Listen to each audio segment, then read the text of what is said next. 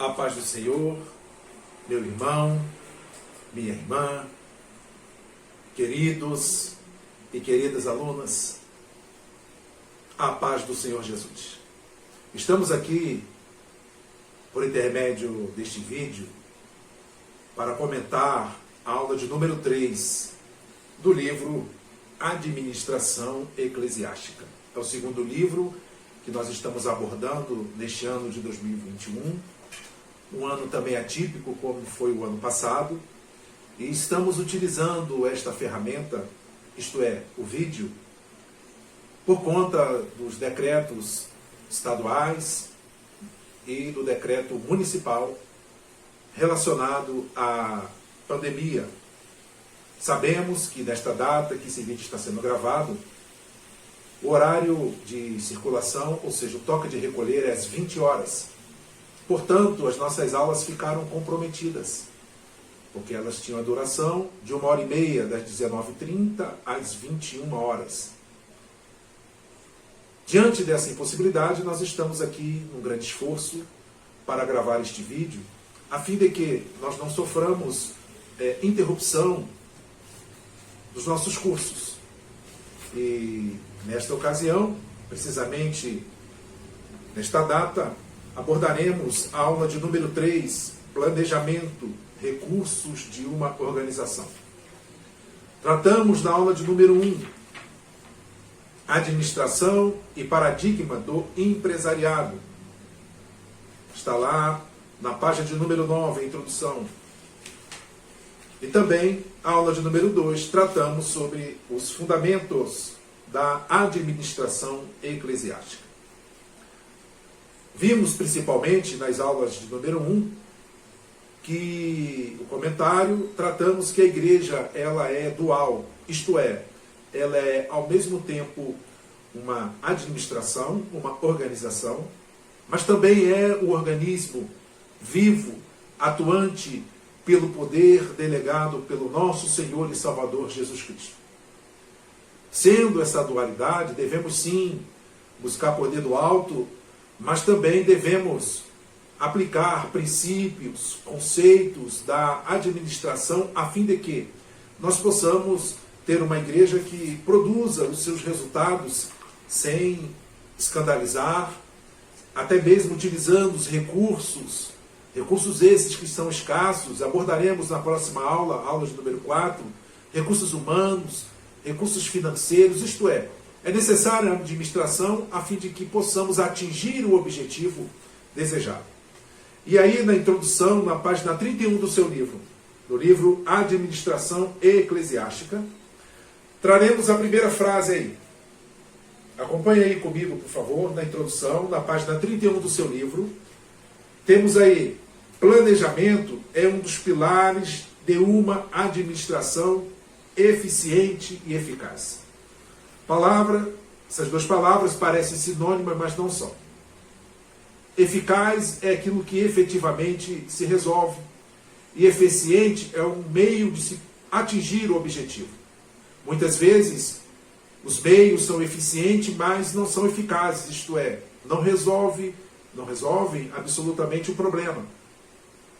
Por outro lado, se temos uma ferramenta ou um processo eficiente e ele seja eficaz, obviamente nós trataremos aí, teremos o nosso problema resolvido, seja, por assim dizer, numa esfera dos recursos humanos, recursos de espaço físico, recursos estes de energia elétrica, por exemplo, água, enfim, financeiro e tantos outros que a igreja está envolvida enquanto ela aqui estiver até a vinda do nosso Senhor e Salvador Jesus Cristo. E aí, na introdução, nós vemos já alguns versículos que o nosso comentarista e autor desta lição vem trazendo. Olha aí na introdução, na página 21. Assentar-se e calcular. Veremos aí no Evangelho, conforme Lucas, vários versículos trataremos de algumas coisas que nosso Senhor Jesus tratou de administração. No capítulo 14, e no versículo 28 ao 33, vemos que o Senhor Jesus fala no 28: Pois qual de vós, querendo edificar uma torre, não se assenta primeiro para fazer as contas dos gastos, para ver se tem com o que acabar? Ora, e aí cabe um conceito muito importante: planejamento. Nós, por muitas vezes, queremos idealizar coisas, realizar projetos, e aí traçamos até o caminho, o meio onde se chegar, mas pecamos porque não planejamos. É bem verdade que não existe planejamento perfeito, porque no decurso dos dias, no decurso do tempo, pode ser que alguma coisa aconteça e aí o nosso planejamento fica até de uma certa forma comprometido. Isto é, o planejamento ele pode ser mutável, pode ser mudado, mas tem que haver planejamento. O versículo 28, no capítulo 14 do Evangelho de Lucas, vai nos afirmar: pois qual de vós, querendo edificar uma torre, não se assenta primeiro a fazer a conta dos gastos, para ver se tem com que acabar? Isto é planejamento, isto é cálculo, está na Bíblia. E o Senhor Jesus, neste contexto, isso é administração, isso é prever ou saber o caminho que perseguir, saber onde se quer chegar. Também temos fidelidade ao plano, que se encontra no Evangelho, também de Lucas, no capítulo 8, versículo 18, e também no capítulo 12, versículos de 42 a 48. Isso são princípios da administração. Ora, se eu faço um planejamento, eu tenho que ser fiel ao planejamento. Disse anteriormente que o planejamento ele pode ser mutável e deve ser mutável. Mas temos linhas, temos princípios, temos diretrizes que precisam ser fiéis. Porque senão estamos querendo uma coisa, concretizar algo que está no mundo das ideias, das abstrações, queremos concretizar algo, e se mudarmos as diretrizes principais, acabaremos atingindo outros objetivos que não desejados. Ou às vezes não atingiremos objetivo nenhum. Lá em Lucas capítulo 16, versículo de 1 a 8, no seu livro aí, ainda na página 31, vai dizer criatividade ao lidar com crises. Ora, mudar planejamento é exatamente isso. Crises são situações inesperadas que muitas vezes querem comprometer os nossos objetivos. Por isso, precisamos ter a criatividade, isto é, plano A, plano B, plano C. E se não assim tivermos, oraremos ao Senhor. E o Senhor nos abençoará com a sabedoria que vem do alto para driblarmos uma situação que talvez possa parecer comprometer todo o nosso projeto. Lucas capítulo 19, versículo 11 ao 16, trata de ser estratégico para alcançar os objetivos. Existe outro princípio elencado no Evangelho, conforme Lucas, a boa nova do nosso Senhor e Salvador Jesus Cristo. Ser estratégico, descentralização, para alcançar os objetivos. Esta palavra descentralização não está aí no seu livro, mas podemos ver no capítulo 9, no versículo 1, está assim: e convocando os seus 12 discípulos, deu-lhes virtude e poder sobre todos os demônios, e para curarem as enfermidades. No versículo 10, da mesma forma, no Evangelho de Lucas, versículo 1, e, depois disso, designou o Senhor ainda outros 70 e mandou-os adiante da sua face, de 2 em 2, a todas as cidades e lugares aonde ele havia de ir. E aqui, estratégia quer dizer descentralização. O Senhor Jesus detinha todo o poder para realizar a sua obra salvífica em meu favor, em teu favor e em nosso favor. Mas como estratégia, isto é, uma ferramenta que foi muito bem desenvolvida na Segunda Guerra, mas o Senhor Jesus aqui já deixa algo, um link ou algo que podemos elencar como estratégia dele compartilhar, delegar poderes a 12, no capítulo 9 do Evangelho de Lucas, E depois, no capítulo 10, delegando poderes.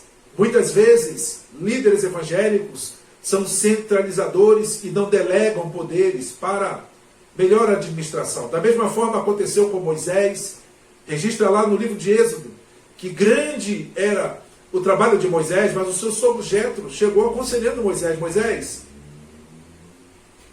vamos atribuir poderes a 70 anciãs para que ajude-o nesse processo, nesse desenvolvimento, nessa árdua jornada de administrar o povo hebreu. Então isto está registrado na Bíblia desde o Antigo Testamento. Isso são ferramentas de administração. Temos aqui logo embaixo, ainda na introdução, planejar. E aí o conceito de planejar. Planejar é definir objetivos, definir um ou mais recursos,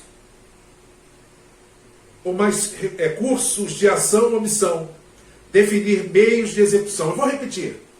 Planejar é definir objetivos, é preponderante em qualquer ação. Isso não envolve só para a administração eclesiástica, envolve para a sua vida também. Definir objetivos é saber onde se quer chegar. Porque quem não sabe onde chegar, qualquer lugar vale. É necessário que nós possamos ter objetivos claros na nossa vida. E aí eu volto à seara espiritual, porque o nosso objetivo é chegar nas bodas do Cordeiro e morar na nova terra, no novo céu, na nova Jerusalém. É o objetivo espiritual. Mas enquanto aqui na terra temos objetivos temporais, que é, por exemplo, adquirir um ventilador para a igreja, é adquirir uma propriedade de um veículo, é concluir um curso universitário. Tudo isso são objetivos. Volto a dizer, é preponderante nós termos os nossos objetivos bem claros, não só na redação, mas também para nós mesmos. E aqui planejar é exatamente isso, é saber onde se quer chegar. Todo final de ano, nós fazemos vários propósitos, criamos vários objetivos, e muitas vezes, passado aí 5, 6 dias, nós não desistimos dos nossos projetos, desistimos dos nossos objetivos, seja até aquele bem simples de emagrecer, aquele de ficar forte, aquele de como eu disse anteriormente, de concluir um curso superior. Existem tantos N objetivos que nós elencamos. Mas, além de se criar esse objetivo, muitas vezes os objetivos não são alcançados. Por quê? Não definimos cursos, ou seja, qual é o processo que vamos desenvolver para atingir os objetivos. E aí, na introdução, na página 31 do seu livro, vai dizer definir um ou mais cursos de ação, mas também de omissão. Porque tem coisas que nós fazemos e precisamos deixar de fazer para que o nosso objetivo seja alcançado. E aí eu trago aqui uma mensagem para você. Mensagem para você que está aí ouvindo a aula de administração eclesiástica, mas trago também uma administração das coisas individuais. Nós somos os maiores sabotadores dos nossos objetivos. Muitas vezes queremos responsabilizar as circunstâncias A, B, C, D e E, mas pense comigo, pense com sinceridade. Os maiores sabotadores dos nossos planos, dos nossos objetivos, somos nós mesmos. Diante de uma primeira dificuldade, porque não traçamos cursos, não colocamos um calendário, não delegamos, e muitas vezes nós queremos alcançar os objetivos sem traçar cursos. E isso faz parte do planejamento. Ou até, por vezes, como coloquei aqui, é necessário que deixemos de executar algumas ações para que os nossos objetivos sejam alcançados. Mas retornemos aqui para a administração eclesiástica. Definir meios de execução é preponderante, de extrema relevância. Definimos meios. No ponto anterior falamos dos processos, mas e os recursos para desenvolvermos esses processos? É necessário que tenhamos isso em mente. E por fim, teremos aqui uma definição, ainda na introdução, diz aí no seu livro, Nesta aula, focaremos os recursos com os quais os líderes devem se preocupar. Se nós volvermos os nossos olhos na Gênesis, no capítulo 1, ou mais objetivamente no capítulo 2, veremos que o casal, Adão e a sua mulher, a carne de sua carne, ossos dos seus ossos, viviam em abundância. Mas, com o fruto do pecado, os recursos deixaram de ser importantes e tornaram-se recursos limitados. E aí é que vem a administração. A administração, ela lida com aqueles recursos, com os recursos que são escassos, isso é, como desenvolveremos, sejam os objetivos, sejam os processos, sejam os meios para desenvolver e chegar nos nossos objetivos. Aí, na página 32, temos aí uma seara, uma abordagem específica de recursos, chamada recursos administrativos. E aí, voltando um pouquinho mais da aula de número 1, falando que administrar é servir junto de recursos escassos, e aí estamos falando sobre recursos administrativos. E aqui no slide que estará disponível, tentaremos colocar de forma disponível juntamente com este vídeo, é necessário que nós tenhamos visão. Está aqui no slide. O slide vai tratar de temas aqui abordados no livro, mas que saltam os olhos diante da participação ou do conteúdo desta aula, de número 3. Visão é uma figura de um estado futuro para a organização, uma descrição de que gostaria de ser muitos anos a partir de agora.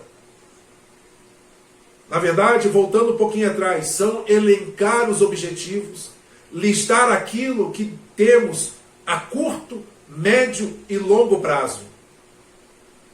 E eu acho interessante que diante desse momento em que vivemos, no ano de 2021, o ano de 2020 também assim foi. Mas muitos de nós estamos temerosos e até acovardados em lançar planos, em ter visões para curto prazo, imagine para longo prazo. Mas uma coisa é certa, a igreja subirá na última trombeta, como está elencado, registrado na primeira epístola de Paulo aos Coríntios, capítulo 15. Antes disso, e só o Senhor sabe o dia, nós ainda estaremos administrando recursos limitados. E eu não sei se o Senhor Jesus chama a sua igreja amanhã, segunda-feira, estamos no domingo, ou terça, eu não sei. Mas o certo é que nós devemos ter visão de curto, de médio e de longo alcance. Planejamento é definir respostas. Vamos lá às perguntas que estão aí na página 32 do seu livro. O que deve ser feito? A segunda pergunta, por que precisa ser feito? A terceira, onde acontecerá? Quarta, quando será? 5, quem fará? E sexto, e como será executado? E aqui abrimos mais o leque da palavra planejar. Na introdução vimos que planejar era basicamente em 3 estágios, isto é, criar onde se quer chegar, ou seja, o desejo de onde se quer chegar, depois os recursos e, por fim, o emprego desses recursos, os processos desses recursos. Mas é interessante nós respondermos estas perguntas, indo mais especificamente no planejamento. O que deve ser feito? E por que precisa ser feito? Porque muitas vezes nós queremos fazer algo de cunho pessoal, mas temos que perguntar para nós mesmos por que precisa ser feito. E se não respondermos essa pergunta, não faz sentido prosseguirmos nas demais. tem objetivos que são muito bons, são nobres, mas o porquê, ou seja, o motivo pelo qual eu devo chegar nesse objetivo, é a pergunta que vai nortear as demais perguntas. Onde acontecerá? É o local. Aqui na nossa cidade morena, em Campo Grande? Ou acontecerá em outra cidade? Outra pergunta, quando o tempo, ou seja, quando será? No decurso do tempo, da cronologia dos dias, das semanas, dos meses, dos anos? Quando será? Quem fará? E aí temos aquela ferramenta chamada delegação. É necessário que nós tenhamos um planejamento estratégico, ordenado pelo controle do tempo, quem fará, para que nós também possamos avaliar como que está sendo desenvolvido,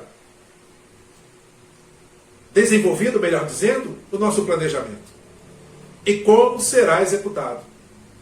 E aí envolve os recursos empregados para a execução do nosso objetivo. E aí vemos a palavra estratégia, que está muito ligada a esta última pergunta. E como será executado?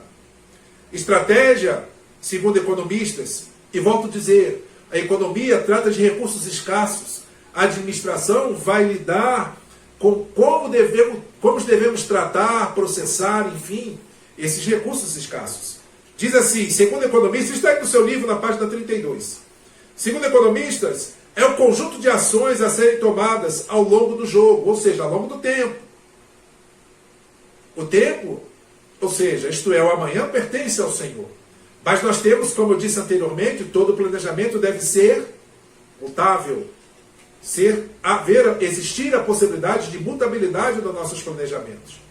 Estratégia pode ser entendida como um guia. Este guia tem a utilidade de orientar o pensamento e a tomada de decisões. No raciocínio estruturado, estratégias são um dos 3 componentes. Vamos abrir no seu livro aí, ou melhor dizendo, a sua Bíblia, o conjunto de livros sagrados, no Evangelho conforme Marcos, capítulo 3, versículo 27. Eu deixei aqui anotado este versículo, para que possamos entender o que é estratégia. Capítulo 3 do Evangelho conforme Marcos, versículo 27. Leia comigo aí. Acompanhe, por favor. Ninguém pode roubar os bens do valente, entrando-lhe em sua casa, se primeiro não manietar o valente, e então roubará a sua casa. Esses versículos estão registrados nos 3 evangelhos sinóticos, isto é, Mateus, Marcos e Lucas. Eu vou ler de novo. Ninguém pode roubar os bens do valente, entrando-lhe em sua casa, se primeiro não manietar o valente, e então roubará a sua casa. O Senhor Jesus diz que para nós adentrarmos na casa do valente, nós temos um objetivo secundário, que é manietar. O objetivo principal é extrair o que tem, os bens de valor do valente. Mas o objetivo secundário é manietar. E manietar, ou seja, prender as mãos, algemar, subjugar diante a pessoa, diante de uma situação para que ela não possa ter a reação à nossa ação, é necessário uma estratégia. E aqui nesse versículo, não cabe aqui nós explicarmos exatamente, mas esse manietar existe uma estratégia. Ou vamos entrar de qualquer jeito? Quando eu e você entramos diante de uma batalha, de uma prova, não entramos de qualquer jeito, muitas vezes elaboramos estratégias. Ora, farei oração, no outro momento oração e jejum, convidarei irmãos, irmãs, amigos, para entrarmos juntos nessa peleja e sairmos dela, e o nome do Senhor ser glorificado. Isso é estratégia. E a estratégia é necessária para que possamos obter êxito nos nossos objetivos. Aí, 3.2. 3.2. Trata dos recursos humanos. É bem verdade que essa expressão recursos humanos, ela tem sido alterada nos compêndios de administração, seja ela pública, e principalmente privada. Porque nós humanos não somos bem recursos. E a roupagem, ou seja, o novo entendimento que a ciência da administração coloca é gestão de pessoas.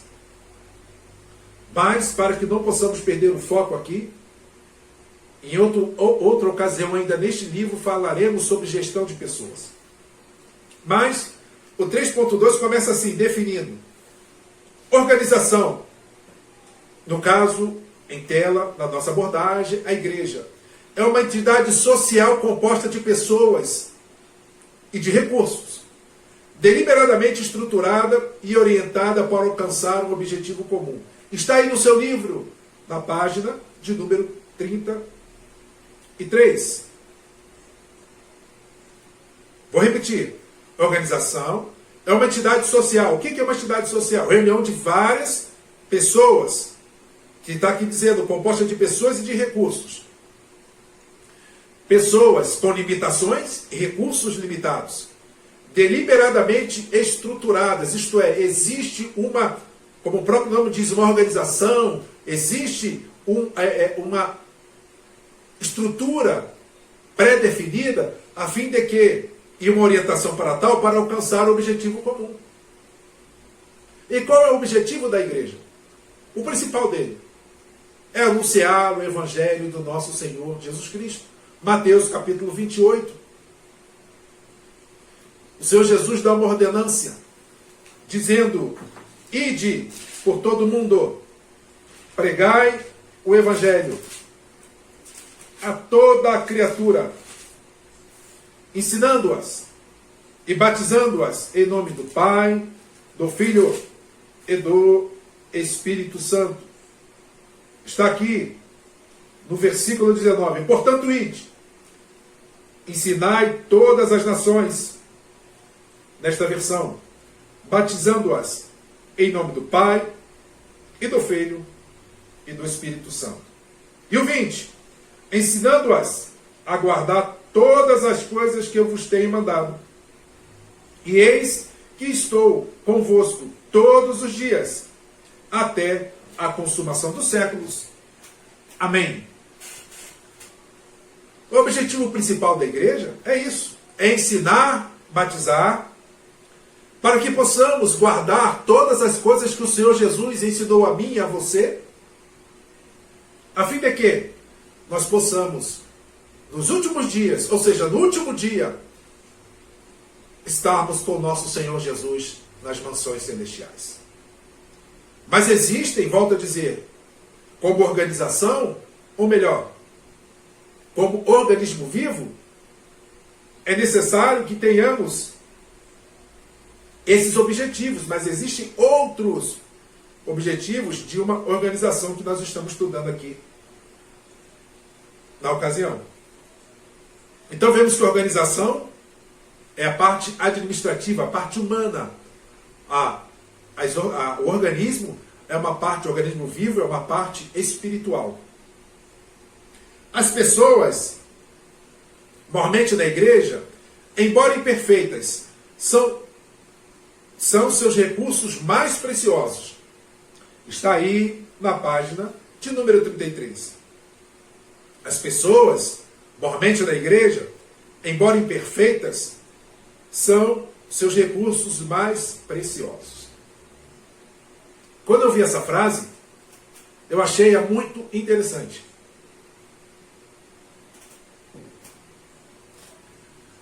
Porque você trabalha dois valores nesta frase. Primeiro, a imperfeição, e por que não também a limitação, mas fala de um outro adjetivo chamado mais preciosos. A igreja, ou seja, a administração, a organização, veremos à frente, ela não é o fim em si mesmo. O fim da igreja são pessoas, como vimos em Mateus 28, por exemplo, né? Em Mateus 28, no Evangelho de Mateus, capítulo 28, li alguns momentos atrás, versículos 19 e 20. Pessoas são importantes. E aí, pego aquele gancho lá de gestão de pessoas. Neste mundo em que vivemos, de imperfeições, de incertezas, de limitações,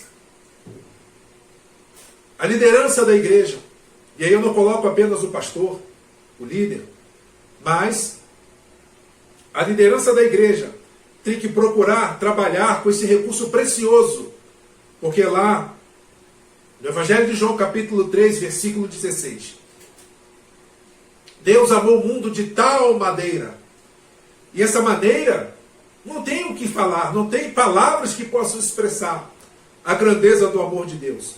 Mas esse amor de Deus não é pelo mundo, não é pela árvore, não é pelo sistema ideológico, não. Ele veio para mim, pessoa, e você, pessoa. E mais ainda, retornará por mim e por você aí que está assistindo este vídeo.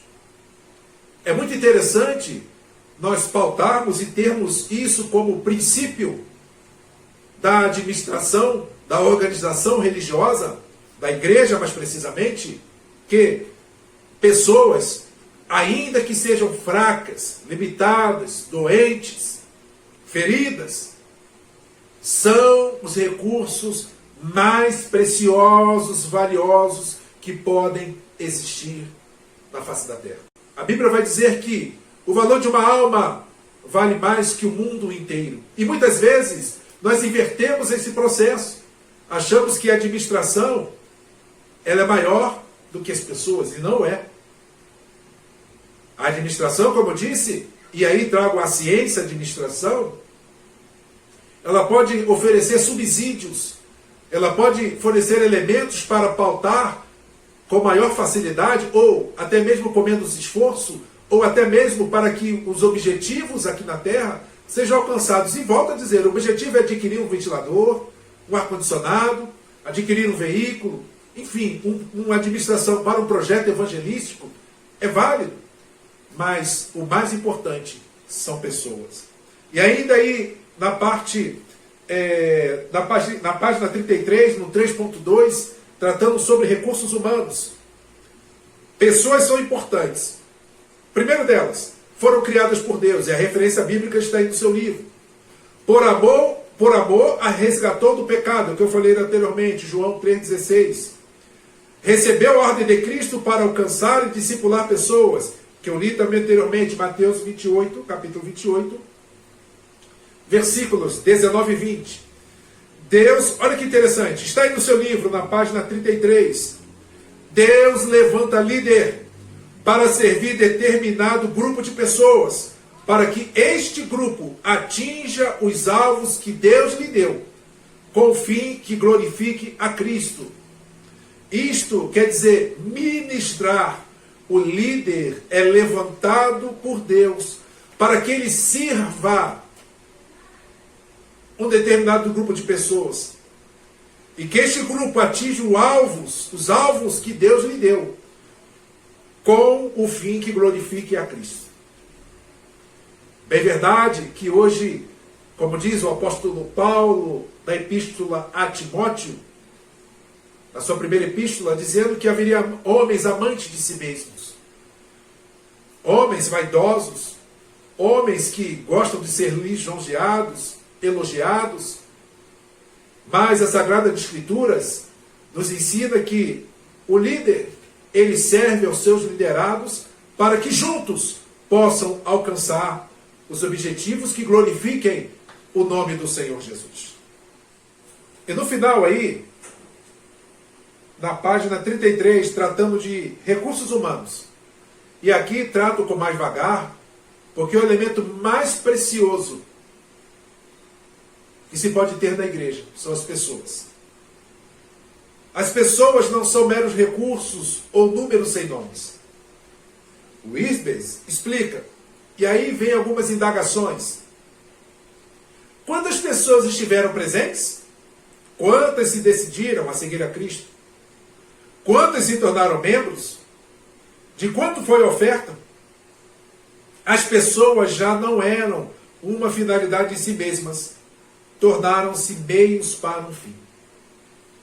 E essas perguntas, muitas vezes, elas têm um cunho de uma preocupação legítima. É interessante nós termos um culto onde as pessoas se decidem para Jesus, e o número nos alegra. No culto, por exemplo, em que temos um número expressivo, a quantidade expressiva de pessoas que decidem a seguir a Cristo, é muito bom, o coração se alegra, porque é a festa no céu e a festa aqui na terra, na igreja. É importante saber também quantas pessoas estão presentes aos cultos, quantos membros. São perguntas da liderança eclesiástica no curso da sua administração. De quanto foi oferta, os dízimos, porque o dinheiro é um dos recursos mais escassos que temos aqui na terra. Mas esses objetivos, ou essas indagações, não podem ser maiores do que as pessoas. Como disse, pessoas não são números. Pessoas são indivíduos, são entidades limitadas, imperfeitas, mas foram por elas que o Senhor Jesus morreu na cruz do Calvário e ressuscitou ao terceiro dia, dizendo: és-me dado poder no céu e na terra. E lá, em João 14, ele afirma: há muitas moradas, e essas moradas que tem lá, não é para o ar-condicionado, não é para o meu pensamento ideológico, cristão, teológico, não. São para as pessoas. Então, querido, você aí, querida, que está me ouvindo, aprenda, as pessoas são mais importantes, o elemento mais importante, preponderante dentro da igreja. E por fim, no seu livro ainda, na página 33, tratando sobre recursos humanos, a igreja deve investir em vidas e, ao alcançá-las, equipá-las para realizar a obra de Deus. Interessante também essa frase. A igreja deve investir em vida, ou seja, toda a administração, volta a dizer, seja na aquisição de produtos, de bens, seja na iluminação, no bom som, no bom instrumento, seja aqui, por exemplo, no nosso curso teológico, em que a nossa igreja fornece para que nós possamos ser alcançados e, mais ainda, equipados, conhecendo a palavra do Senhor e pautando-a nesse curso teológico, tema a tema, de forma sistemática, para realizar a obra de Deus. Eu sei que eu estou falando aqui para futuros líderes, e por que não também líderes que estão à frente de um trabalho dentro da igreja. Então, perceba que o administrador não é só o pastor, não é só o ancião, não é só o bispo, o apóstolo, não. Todos nós devemos ser equipados para realizar a obra de Deus. Ou seja, em um dado momento, eu e você seremos líderes, seremos responsáveis.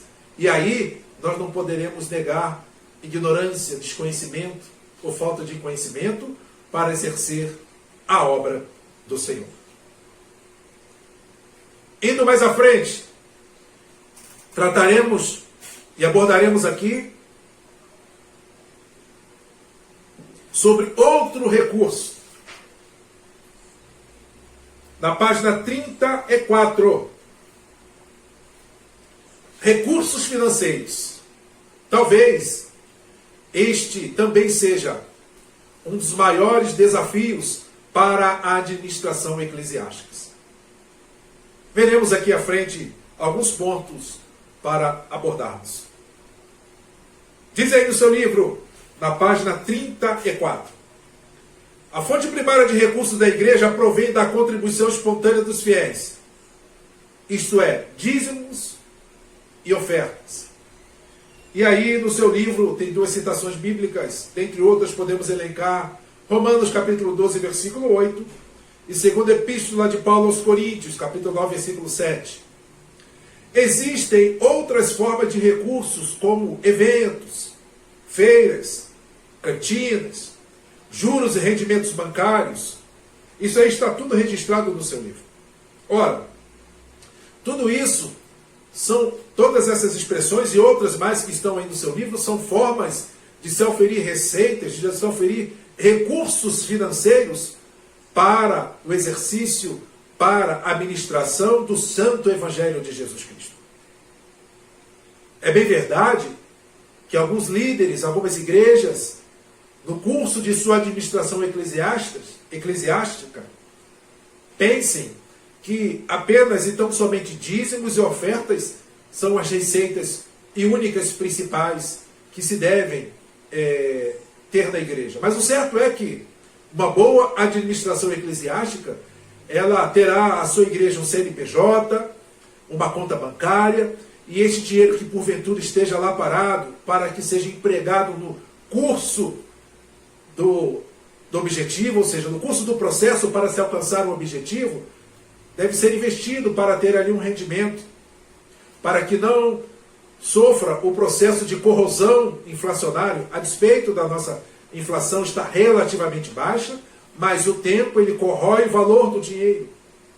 Mas o certo é que igrejas creem apenas e tão somente que dízimos e ofertas são os recursos empreendidos para a administração, para o alcance dos objetivos principais, sejam eles espirituais, como também da organização administrativa.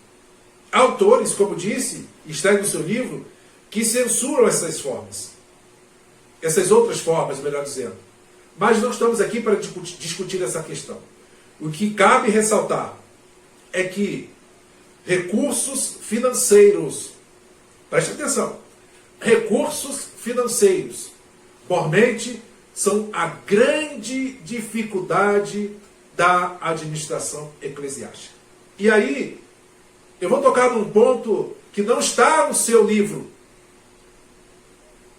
mas que é fato notório na nossa sociedade, no Brasil. Quer ver?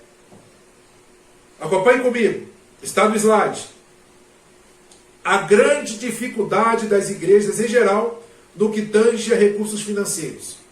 Princípios como transparência e publicidade dos gastos.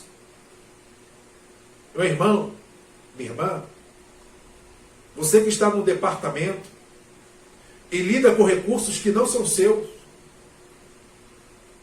são recursos da coletividade, da igreja. Muitos contribuem com dízimos e ofertas e tantas outras ofertas alçadas, com muita dificuldade, mas nós empregamos até corretamente esse recurso financeiro. Até colocamos esse recurso de uma forma lícita, mas nós não comunicamos como fazemos. Nós, por muitas vezes, e são princípios adotados na administração pública, numa sociedade anônima, empresa privada, mas muitas vezes nós não damos transparência e publicidade. E isso gera o quê? Desconfiança. Isso gera rumores. Isso gera ruídos na administração eclesiástica. Outro ponto aqui, ó. Definições com o que e quando investir. Muitas vezes, o emprego desses recursos sai de uma cabeça só. Mas é no conselho dos sábios que sai a maior decisão. Diz Provérbios. Muitas vezes, os líderes eclesiásticos, ou digo até de departamentos, mais especificamente na nossa igreja, a Assembleia de Deus, devemos muitas vezes conversar, compartilhar, enfim, que nós possamos comunicar e juntos chegar a uma conclusão de duas perguntas: o que e quanto investir? Às vezes, um liderado, porque a liderança não é só de uma pessoa, não existe líder sem liderado, e não existe liderado sem líder. Ou seja, é uma comunhão, e por vezes, naquela troca de ideia, no bate-papo, pode surgir ali respostas que às vezes não estavam na cabeça do líder. Por isso, é interessante consultar, e a pessoa se sente partícipe, não só do planejamento, mas também da execução, e por que não também dizer, na conclusão dos objetivos. E aí outro ponto, problemas com pagamentos de tributos, pagamentos tributários. E aí eu trago uma matéria de cunho jornalístico. Abre aspas essa matéria.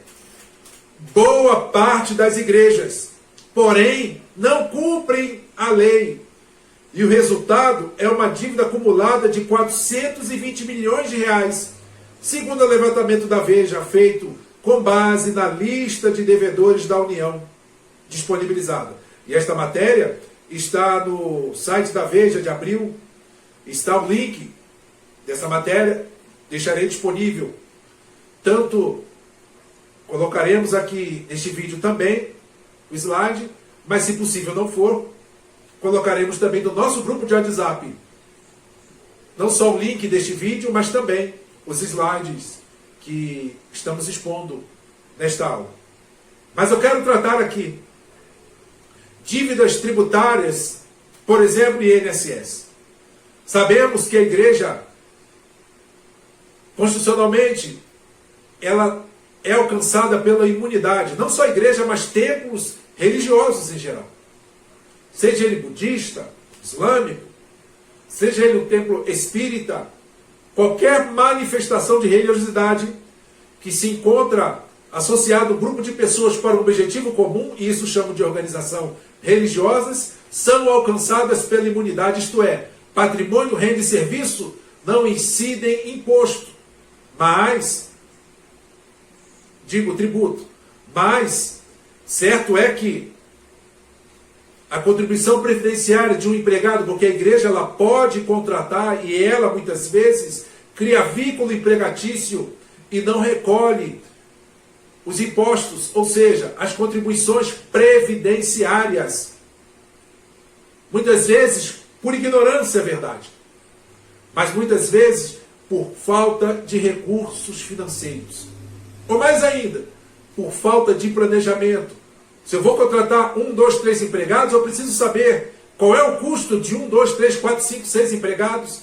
Eu preciso saber que ele tem 13º, que ele tem férias e que há recolhimento da parte do empregado, assim como também do empregador, de contribuições previdenciárias.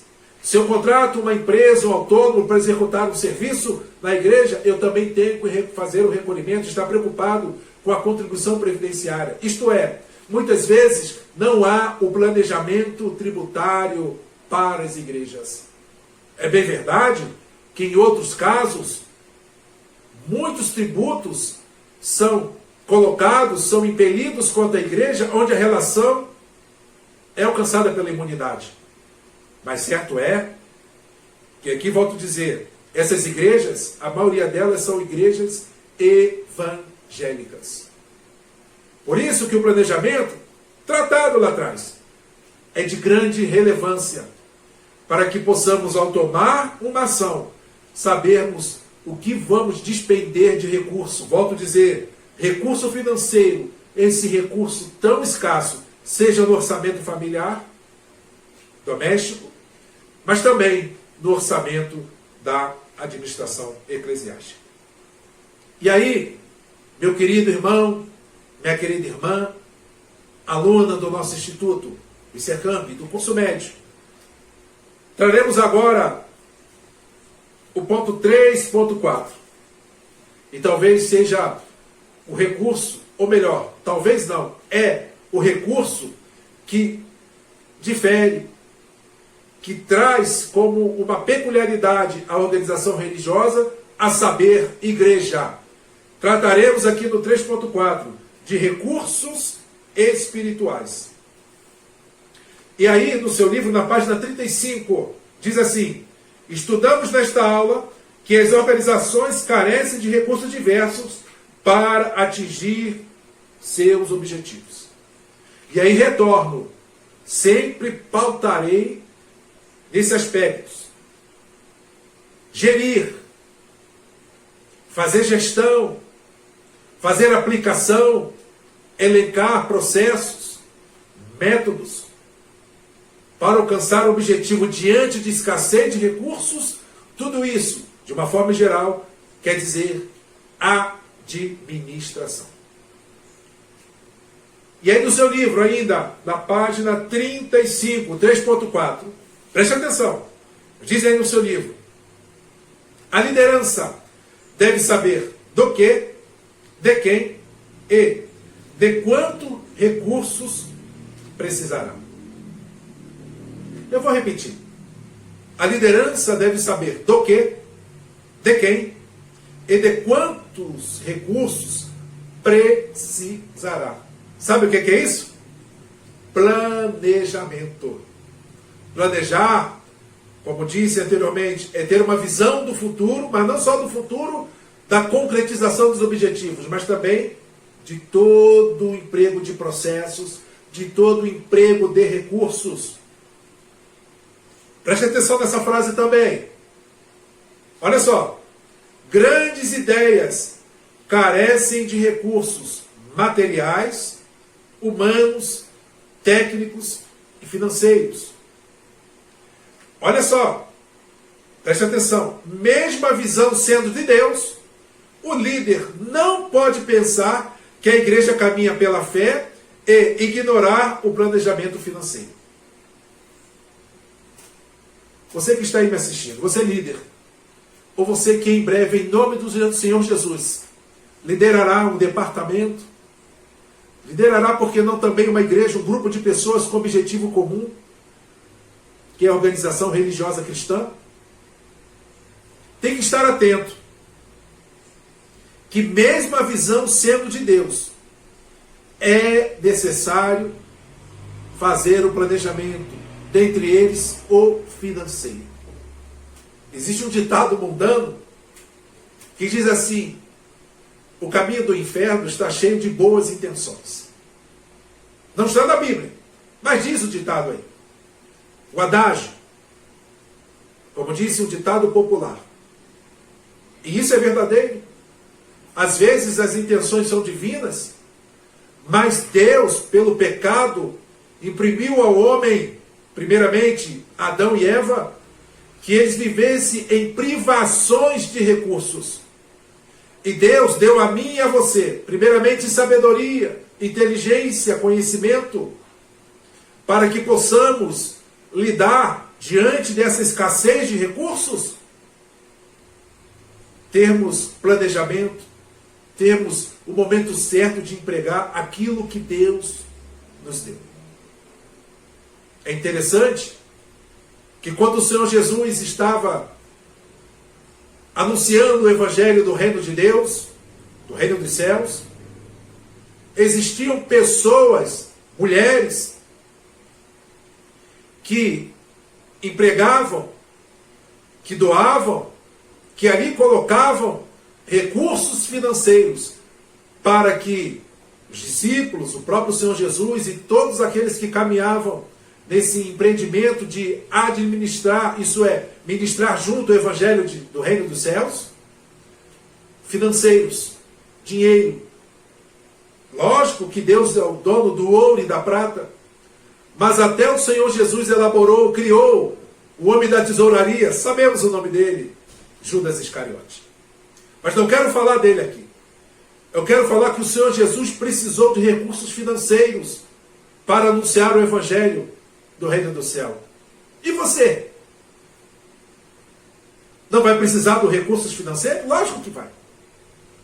Mas administre-os corretamente. Não queira andar pela fé. Existe também um ditado que não está na Bíblia, mas a gente diz, é o pé na fé, outro pé na razão, para que não possamos dar com o burro náguas. E pior, causar escândalo, deixando dívidas com fornecedores, deixando pessoas tristes porque não recolheu o seu fundo de garantia, o seu FGTS. Pastores que muitas vezes acabam com o seu nome em descrédito no meio da sociedade civil, porque administrou mal os recursos financeiros e porque também não dizer gestão de pessoas. Olha aí, a despeito de ser uma inspiração de Deus, visão de Deus, mas aqui diz no seu livro, não planejar é um erro, mas também apegar-se apenas à projeção humana e às circunstâncias, esquecendo-se da duradoura fonte de provisão de Deus, é muito grave. Fé e planejamento são aliados. Volto a dizer, fé e planejamento são aliados. Irmão, irmã, parênteses. Vocês devem ter visto uma briga histórica, principalmente após o século XVI, e por que não dizer também do século XVII, a dicotomia entre religião e ciência. E aqui volta. Fé com aspecto de religião e planejamento administrativo como ciência. Meu irmão, minha irmã, eles não são antagônicos. Eles não se opõem contra si mesmos, não, irmão. Irmã, eles caminham juntos. É bem verdade que devemos confiar na provisão de Deus, mas eu quero te dizer uma coisa. A provisão de Deus é abençoada. Não é para ter desperdício. Quando o Senhor Jesus multiplicou 5 pães e 2 peixinhos, o que sobrou? Pães. E o que o Senhor Jesus falou? Recolhe-os em cestos. Muitas vezes, nós queremos banalizar as bênçãos que vêm do céu. Queremos tratar as bênçãos do Senhor. E aí volto para o recurso material, até mesmo, porque não, para a gestão de pessoas, parênteses, recursos humanos. Tratamos pessoas como se fossem peças de motor. Não, irmão, irmã, aprenda. Aprenda. Tudo que Deus nos dá é necessário planejamento. E planejamento é cuidado, é zelo naquilo que Deus nos fornece. Espero que tenha passado para vocês um conteúdo a fim de que possa trazer mais lucidez na aula de número 3. Espero também ter colaborado e acrescido com o conhecimento no que tange à administração eclesiástica. Este vídeo estará disponível logo em breve no nosso grupo de WhatsApp. Melhor dizendo, o link para este vídeo.